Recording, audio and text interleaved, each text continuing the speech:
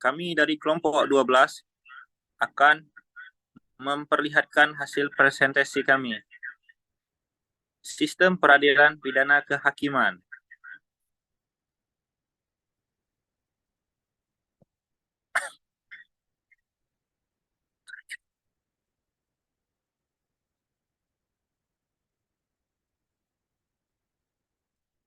Dasar yuridis kekuasaan kehakiman. Dalam sistem penegakan hukum,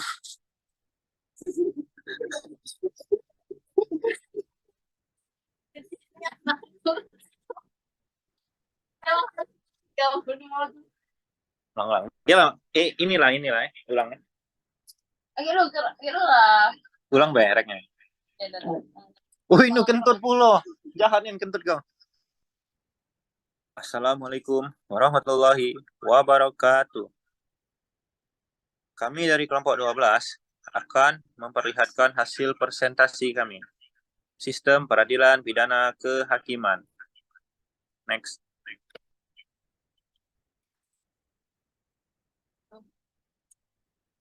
Dasar yuridis kekuasaan kehakiman.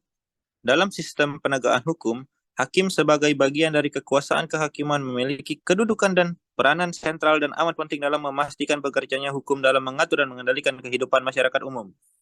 Ansyarul menyatakan bahwa betapa pentingnya peran hakim sehingga ia mempunyai beberapa fungsi dalam tugasnya, yaitu bahwa hukum berperan sebagai penjaga keseimbangan kosmis, bahwa jabatan hakim merupakan jabatan yang tersendental karena yogyanya yang berwenang menghakimi manusia adalah Sang Maha Pencipta.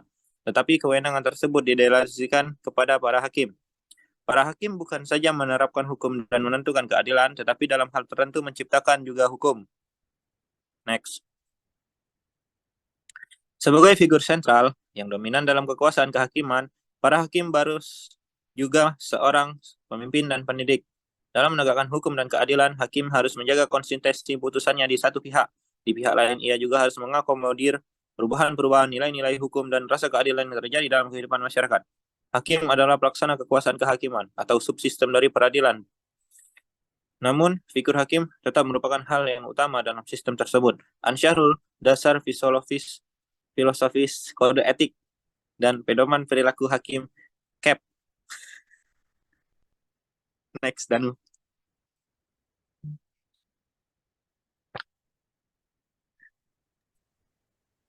Filosofis independensi kekuasaan kehakiman di Indonesia. Lahirnya Undang-Undang Nomor 14 Tahun 1970 berakibat pada hilangnya peran eksplisit Presiden untuk melakukan intervensi terhadap kewenangan yudisial lembaga peradilan. Dilakukan perubahan terhadap undang-undang ini pada 1999 yang tertuang dalam Undang-Undang Nomor 35 Tahun 1999. Kemudian kembali berganti menjadi Undang-Undang Nomor 4 Tahun 2004 tentang kekuasaan kehakiman. Sejalan dengan perubahan tersebut, pada masa reformasi, maka berpedoman pada pasal 24 ayat 2 Undang-Undang 1945 ditegaskan, Mahkamah Konstitusi memiliki 4 kewenangan dan 1 kewajiban. Hal ini memberikan harapan baru bagi masyarakat dalam menjadikan hukum sebagai panglima. Independensi kekuasaan kehakiman adalah jaminan untuk guna terciptanya demokrasi dan negara yang berlandaskan hukum. Pentingnya independensi pada kekuasaan kehakiman dibahas oleh banyak negara dengan berbagai deklarasi, termasuk pada tingkat PBB. Dalam deklarasi PBB, pada pasal 10 menyatakan, siapapun berhak atas suatu peradilan yang fair, terbuka, kompeten, independen, dan tidak memihak. Apabila filosofi dari hal ini ditarik ke Indonesia, maka dapat dimaknai bahwa kekuasaan kehakiman di Indonesia adalah kekuasaan negara yang bebas dari segala bentuk intervensi, baik dari dalam maupun dari luar kekuasaan kehakiman, kecuali atas dasar kekuasaan falsafah Pancasila dan Undang-Undang Dasar 1945.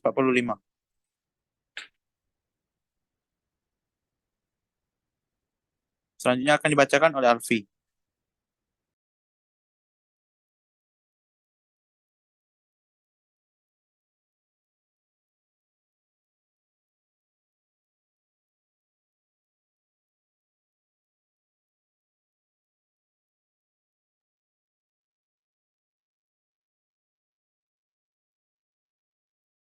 Mana slide ini?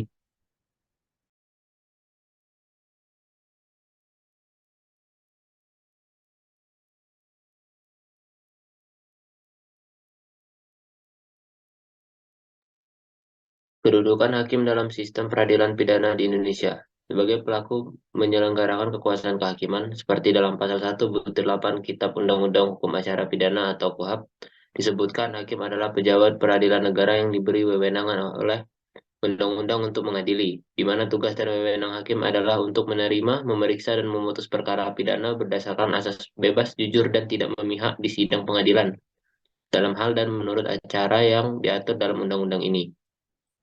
Sistem peradilan merupakan sistem penanganan perkara sejak adanya pihak yang merasa dirugikan atau sejak adanya sangkaan seorang telah melakukan perbuatan pidana hingga pelaksanaan putusan hakim.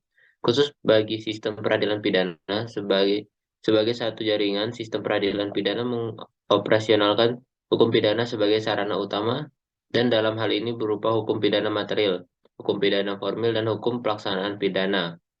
Sistem peradilan pidana lebih banyak menempatkan peran hakim di hadapan pada tuntutan pemenuhan kepentingan umum atau publik dan penentuan nasib seseorang ketimbang perkara yang lain. Oleh karena terjadinya suatu perbuatan pidana menimbulkan dampak pada munculnya tugas dan wewenang para penegak hukum untuk mengungkapkan siapa pelaku sebenarnya atau aktor intelektual dari perbuatan pidana tersebut dalam mengungkap siapa pelaku yang sebenarnya. Next. Tidaklah semudah orang membalikan telapak tangan apabila peristiwa pidana yang terjadi bukanlah suatu perbuatan tertangkap tangan. Oleh karena untuk mengungkapkan kebenaran dari peristiwa pidana yang terjadi, sangatlah diperlukan bukti-bukti kuat dan akurat untuk mendukung kebenaran peristiwa. Bukti-bukti yang kuat dan akurat inilah yang dibutuhkan oleh penegak hukum untuk menyeret pelakunya guna diminta pertanggungjawaban. Begitu beratnya tanggung jawab hakim dalam memeriksa dan memutus perkara menempatkan hakim pada kedudukan yang mulia. Dalam sistem peradilan pidana, hakim memiliki kedudukan sebagai pejabat yang memeriksa dan memutus perkara pidana yang diajukan kepadanya. Oleh karena kedudukannya yang demikian itu, hakim dihadapkan pada beberapa asas hukum yang melekat pada jabatan itu antara lain, A. Hakim tidak boleh menolak perkara yang diajukan kepadanya dengan dalih hukum tidak jelas dalam pasal 16 KUHP. B. Apa yang telah diputus oleh hakim harus dianggap benar. C. Hakim harus mengadili, bukan membuat hukum. D. Tidak ada hakim yang baik dalam perkaranya sendiri. Next. Selanjutnya akan dibacakan oleh Kak Janeta.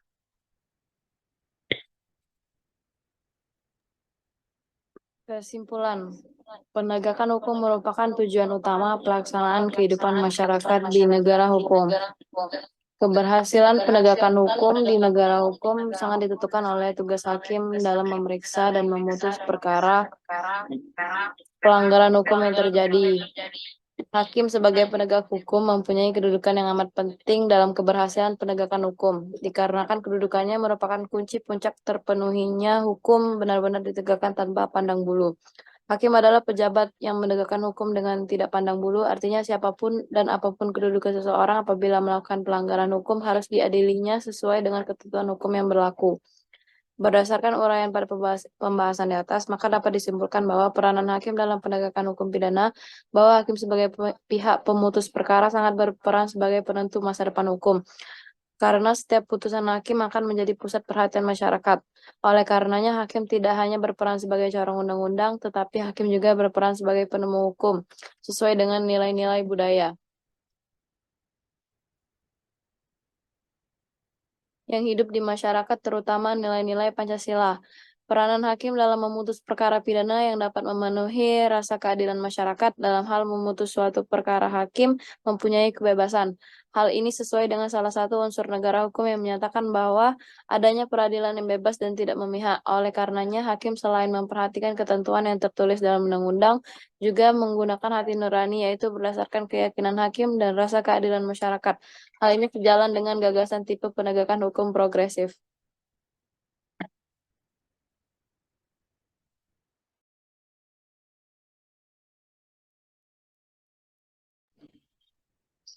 Baiklah, sekian presentasi dari kelompok kami, kelompok 12.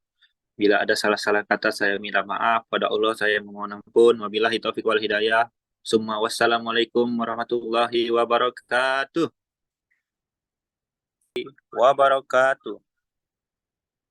Kami dari kelompok 12 akan memperlihatkan hasil presentasi kami.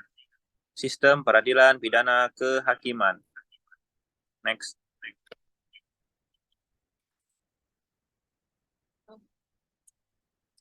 Dasar yuridis kekuasaan kehakiman. Dalam sistem penegakan hukum, hakim sebagai bagian dari kekuasaan kehakiman memiliki kedudukan dan peranan sentral dan amat penting dalam memastikan bekerjanya hukum dalam mengatur dan mengendalikan kehidupan masyarakat umum. Ansyarul menyatakan bahwa betapa pentingnya peran hakim sehingga ia mempunyai beberapa fungsi dalam tugasnya, yaitu bahwa hukum berperan sebagai penjaga keseimbangan kosmis, bahwa jabatan hakim merupakan jabatan yang tersendental karena yogyanya yang berwenang menghakimi manusia adalah Sang Maha Pencipta. Tetapi kewenangan tersebut didelegasikan kepada para hakim. Para hakim bukan saja menerapkan hukum dan menentukan keadilan, tetapi dalam hal tertentu menciptakan juga hukum. Next. Sebagai figur sentral yang dominan dalam kekuasaan kehakiman, para hakim baru juga seorang pemimpin dan pendidik. Dalam menegakkan hukum dan keadilan, hakim harus menjaga konsistensi putusannya di satu pihak. Di pihak lain, ia juga harus mengakomodir perubahan-perubahan nilai-nilai hukum dan rasa keadilan yang terjadi dalam kehidupan masyarakat. Hakim adalah pelaksana kekuasaan kehakiman atau subsistem dari peradilan. Namun, figur hakim tetap merupakan hal yang utama dalam sistem tersebut. Ansyarul, dasar filosofis kode etik dan pedoman perilaku hakim CAP. Next, Danu.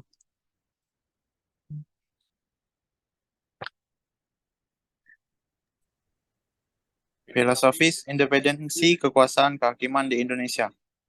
Lahirnya Undang-Undang Nomor 14 Tahun 1970 berakibat pada hilangnya peran eksplisit Presiden untuk melakukan intervensi terhadap kewenangan yudisial lembaga peradilan.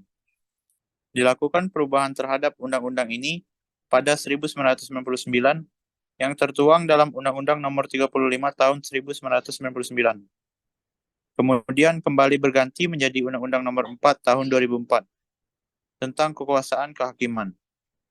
Sejalan dengan perubahan tersebut, pada masa reformasi, maka berpedoman pada pasal 24 ayat 2 Undang-Undang 1945 ditegaskan, Mahkamah Konstitusi memiliki 4 kewenangan dan 1 kewajiban.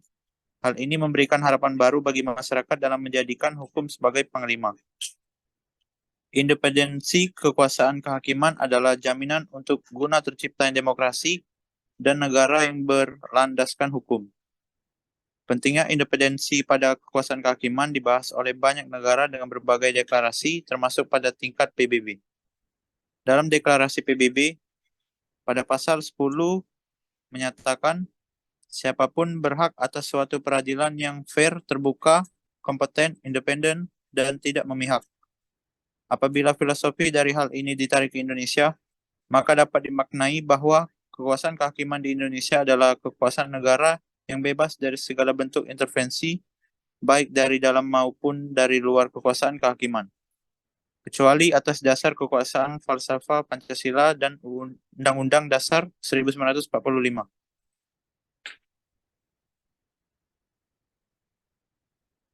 Selanjutnya akan dibacakan oleh Alfi.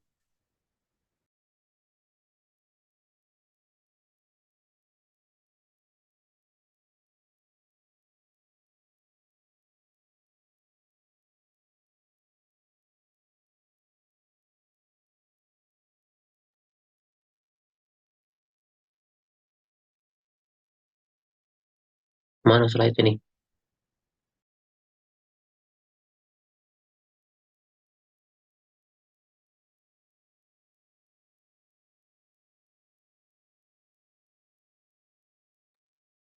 Kedudukan hakim dalam sistem peradilan pidana di Indonesia. Sebagai pelaku menyelenggarakan kekuasaan kehakiman, seperti dalam pasal 1 butir 8 Kitab Undang-Undang Hukum Acara Pidana atau KUHAP, disebutkan hakim adalah pejabat peradilan negara yang diberi wewenangan oleh undang-undang untuk mengadili, di mana tugas dan wewenang hakim adalah untuk menerima, memeriksa, dan memutus perkara pidana berdasarkan asas bebas, jujur, dan tidak memihak di sidang pengadilan. dalam hal dan menurut acara yang diatur dalam undang-undang ini. Sistem peradilan merupakan sistem penanganan perkara sejak adanya pihak yang merasa dirugikan atau sejak adanya sangkaan seorang telah melakukan perbuatan pidana hingga pelaksanaan putusan hakim. Khusus bagi sistem peradilan pidana sebagai satu jaringan, sistem peradilan pidana mengoperasionalkan hukum pidana sebagai sarana utama dan dalam hal ini berupa hukum pidana material, hukum pidana formil, dan hukum pelaksanaan pidana. Sistem peradilan pidana lebih banyak menempatkan peran hakim di hadapan pada tuntutan pemenuhan kepentingan umum atau publik dan penentuan nasib seseorang ketimbang perkara yang lain. Oleh karena terjadinya suatu perbuatan pidana menimbulkan dampak pada munculnya tugas dan wewenang para penegak hukum untuk mengungkapkan siapa pelaku sebenarnya atau aktor intelektual dari perbuatan pidana tersebut dalam mengungkap siapa pelaku yang sebenarnya. Next. Tidaklah semudah orang membalikkan telapak tangan apabila peristiwa pidana yang terjadi bukanlah suatu perbuatan tertangkap tangan. Oleh karena untuk mengungkapkan kebenaran dari peristiwa pidana yang terjadi, sangatlah diperlukan bukti-bukti kuat dan akurat untuk mendukung kebenaran peristiwa. Bukti-bukti yang kuat dan akurat inilah yang dibutuhkan oleh penegak hukum untuk menyeret pelakunya guna diminta pertanggungjawaban. Begitu beratnya tanggung jawab hakim dalam memeriksa dan memutus perkara menempatkan hakim pada kedudukan yang mulia. Dalam sistem peradilan pidana, hakim memiliki kedudukan sebagai pejabat yang memeriksa dan memutus perkara pidana yang diajukan kepadanya. Oleh karena kedudukannya yang demikian itu, hakim dihadapkan pada beberapa asas hukum yang melekat pada jabatan itu antara lain, A. Hakim tidak boleh menolak perkara yang diajukan kepadanya dengan dalih hukum tidak jelas dalam pasal 16 KUHP. B. Apa yang telah diputus oleh hakim harus dianggap benar. C. Hakim harus mengadili, bukan membuat hukum. D. Tidak ada hakim yang baik dalam perkaranya sendiri. Next. Selanjutnya akan dibacakan oleh Kak Janeta.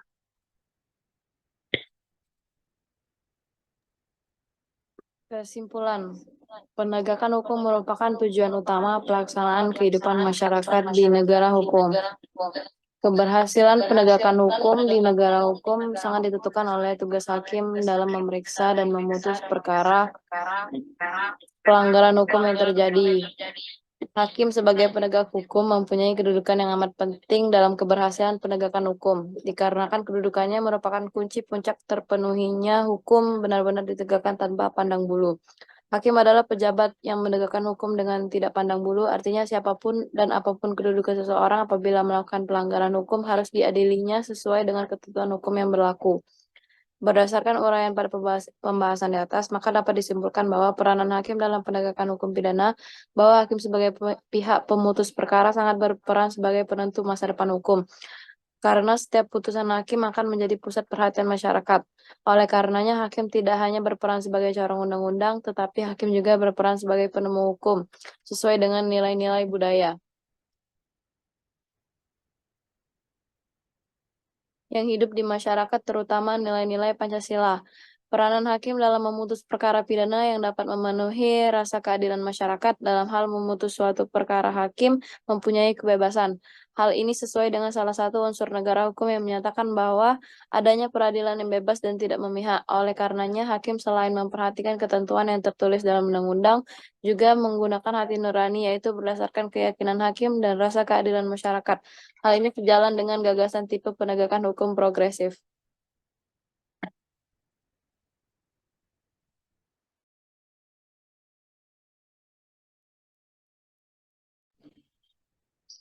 Baiklah, sekian presentasi dari kelompok kami, kelompok 12. Bila ada salah-salah kata, saya minta maaf. Pada Allah saya memohon ampun. Wabillahi taufiq wal hidayah. Summa wassalamualaikum warahmatullahi wabarakatuh.